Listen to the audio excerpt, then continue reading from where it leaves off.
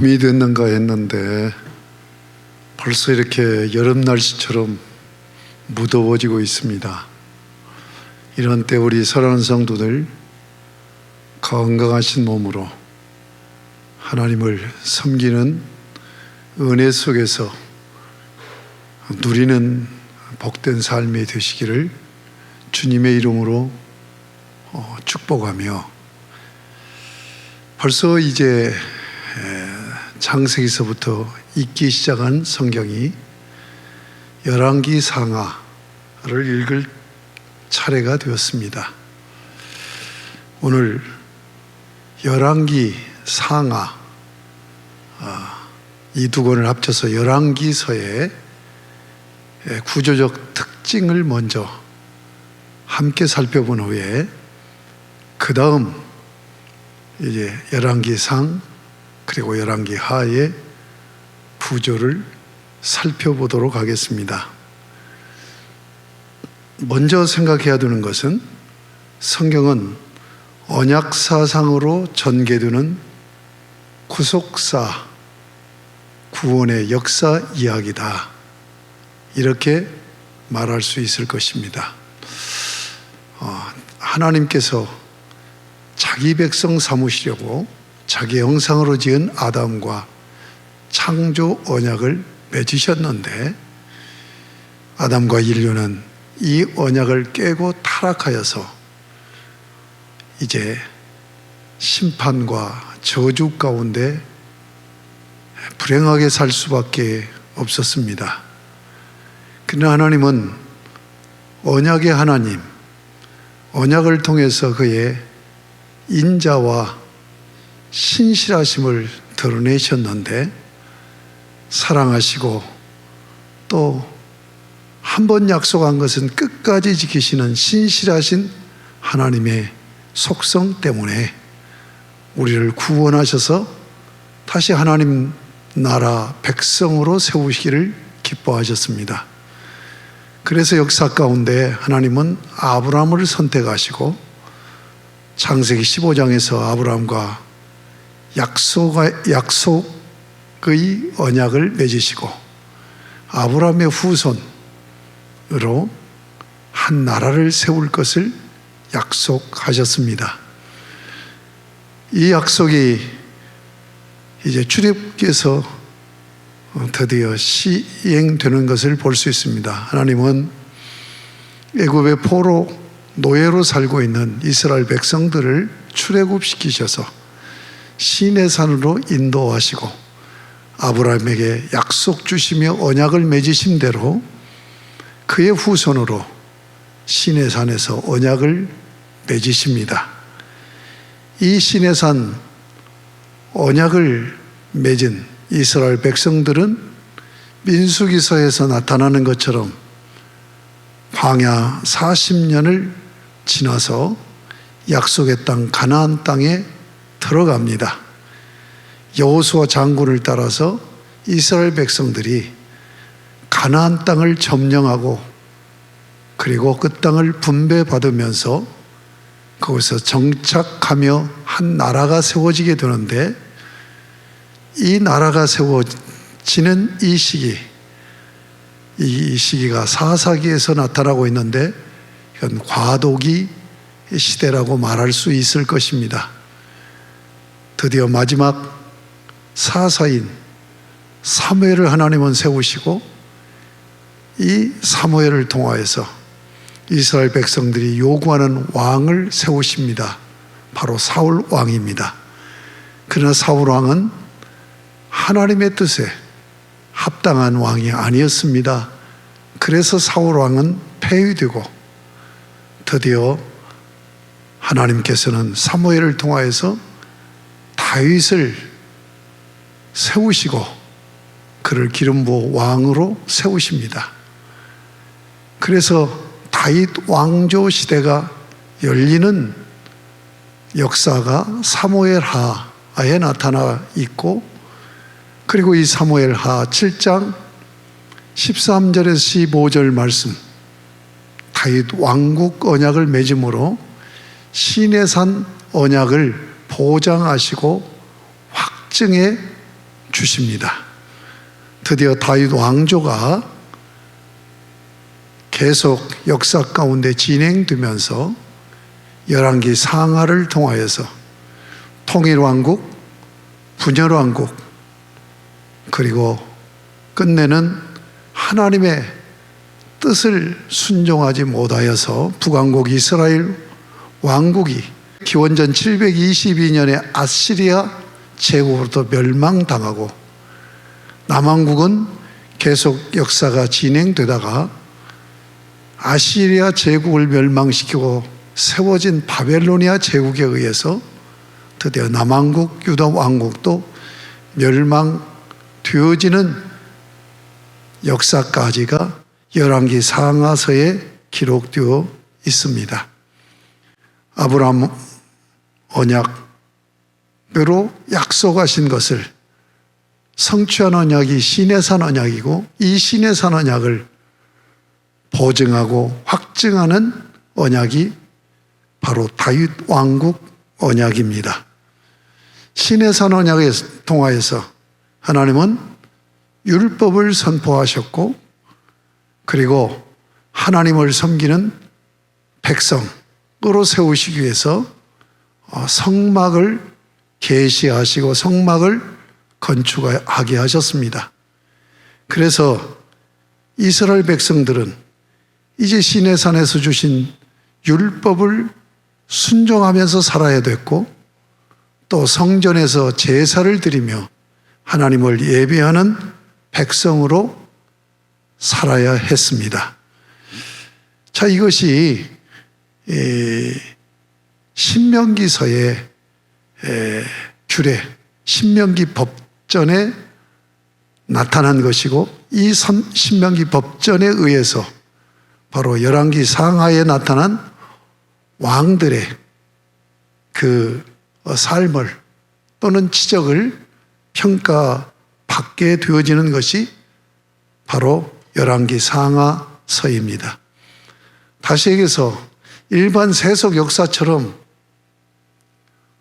왕 중심의 어떤 문화의 발전에 의해서 평가되어지는 그런 역사가 아니라 신정 역사로서 과연 하나님의 뜻에 순종했느냐 안 했느냐, 과연 하나님이 정하신 예배의 처소에서 하나님을 예배하며 섬기고 살았느냐, 그러지 못했느냐, 이것으로 왕조들이 평가받게 되는 역사라고 하는 것을 여러분이 먼저 꼭 기억을 하셔야 됩니다.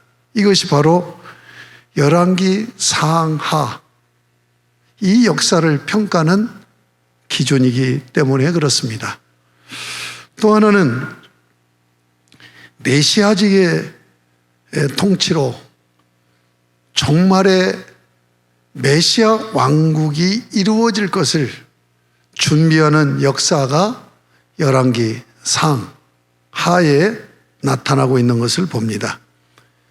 메시아 하면 보통 명사로 기름 부음 받은 종이라는 의미입니다. 기름 부음 받은 종이 왕, 선지자, 제사장입니다. 그리고 이 메시아라는 이 뜻이 고유 명사로서는 종말의 구원자라는 의미입니다. 열왕기서 상하에는 이 보통 명사로 쓰이는 메시아, 곧 선지자, 왕, 제사장직이, 이 3직이 수행되고 있는 것을 봅니다.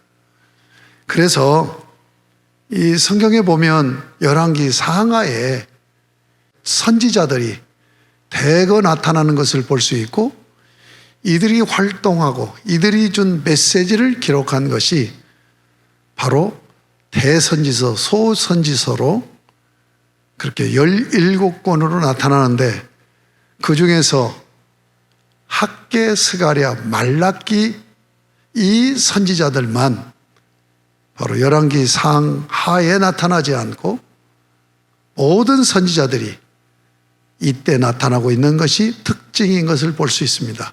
선지자는 어떤 직입니까? 여호와 하나님의 입입니다.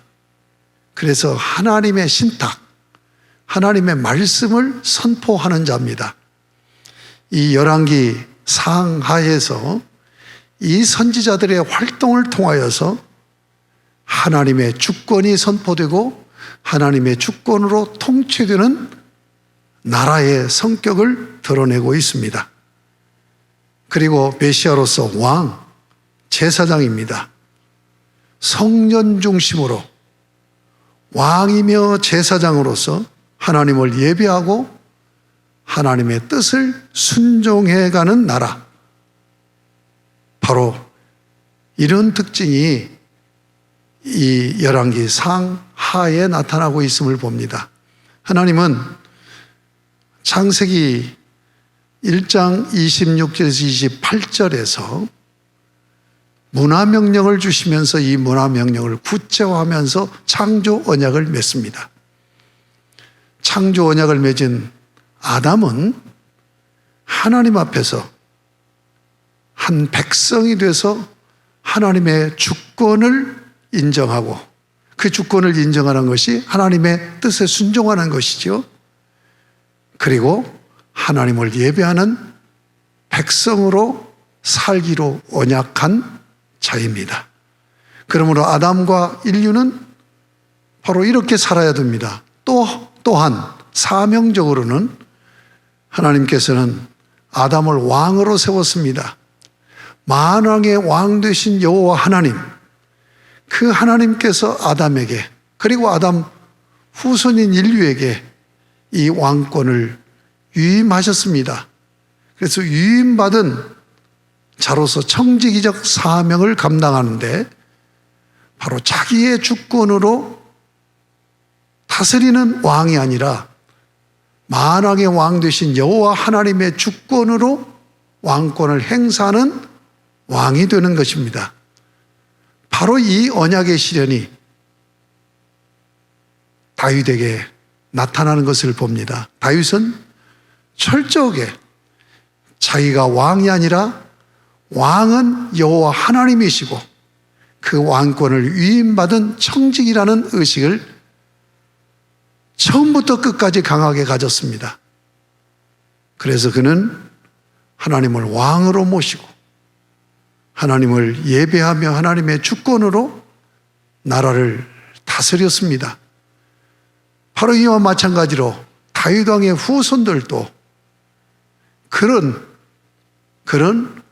왕적인 사명을 감당해야 되는데 그렇게 했느냐 못했느냐 하는 것을 열왕기 상하에서 평가하고 있다는 것, 이것이 바로 열왕기서의 구조적 특징입니다. 이제 마지막으로 왕국 분열 및 멸망의 역사 이야기다, 내러티브다. 그래서 지금 통일왕국, 다윗에게서부터 시작되는 통일왕국, 이것이 열왕기상 11장까지 이루어지고 있죠. 통일왕국은 다윗왕과 솔로몬왕입니다. 그런데 솔로몬의 아들 때에 분열이 되어집니다. 그래서 북왕국 이스라엘, 남왕국 이스라엘. 그래서 이스라엘 왕국이 왕들이 19명이 등장을 합니다. 이런 치세가 계속 이루어지다가 기원전 722년에 아시리아에게 멸망당한 역사. 유다 왕국은 솔로몬의 아들 르호보암으로 시작하여서 19왕이 계속 치세가 이어지다가 바벨로니아 제국으로부터 기원전 586년에 멸망합니다. 바로 이 역사적 과정을 열왕기 상하가 담고 있습니다. 지금까지 이렇게 열왕기서의 구조적인 특징을 살펴보았고, 이제 잠시 후에 열왕기서의 구조 이해를 살펴보도록 하겠습니다. 여러분, 열왕기 상하는 왕정 역사로 전개되기 때문에 굉장히 실감이 나고 재미가 있습니다. 계속해서 열왕기 상하를 통하여서 하나님의 놀라운 은혜를 힘입는 여러분들이 되실 수 있기를 바랍니다. 하나님 아버지 감사합니다. 이제 저희들이 왕조 시대의 역사적 증언을 통하여서 하나님의 주권, 하나님의 섭리, 하나님의 놀라우신 은혜의 역사를 통하여서 은혜를 받고 우리의 삶에 어떻게 적용할 것인가를 깊이 묵상해가는 그런 기회를 갖게 하신 것 감사합니다. 열왕기 상하를 통하여서 놀라운 깨달음이 있게 하여 주시옵고 우리의 신앙생활이 점점 더 깊어져가는 성숙함으로 나아가는 삶이 되게 하여 주옵소서. 예수님의 이름으로 기도드립니다. 아멘.